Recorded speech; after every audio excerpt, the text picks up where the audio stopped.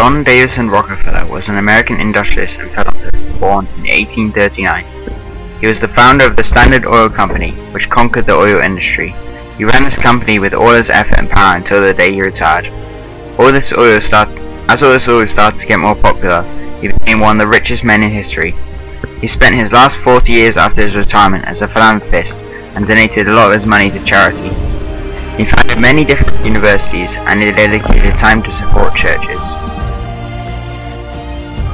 Standard Oil was Rockefeller's business that he had taken from local to national level.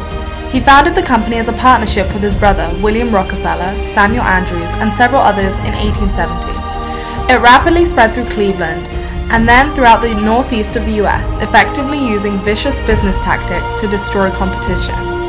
Although most of his fortune would be made producing petroleum, Standard Oil started off producing kerosene for oil lamps. With the invention of the electric light bulb and the rise of automobiles, petroleum seemed like a more profitable option.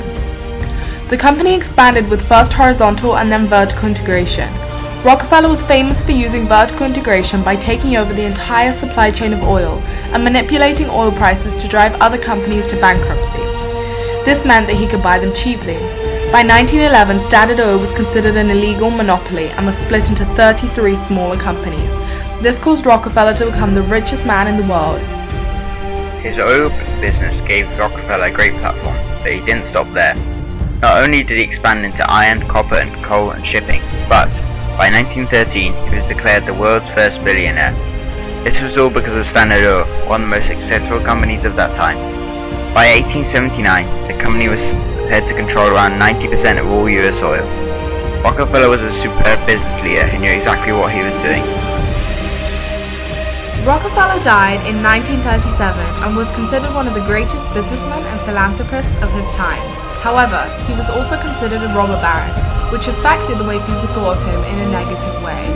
He was an abolitionist, which makes him likable, but his actions in the Standard Oil Company caused him to be thought of as a bad influence and made other people unhappy.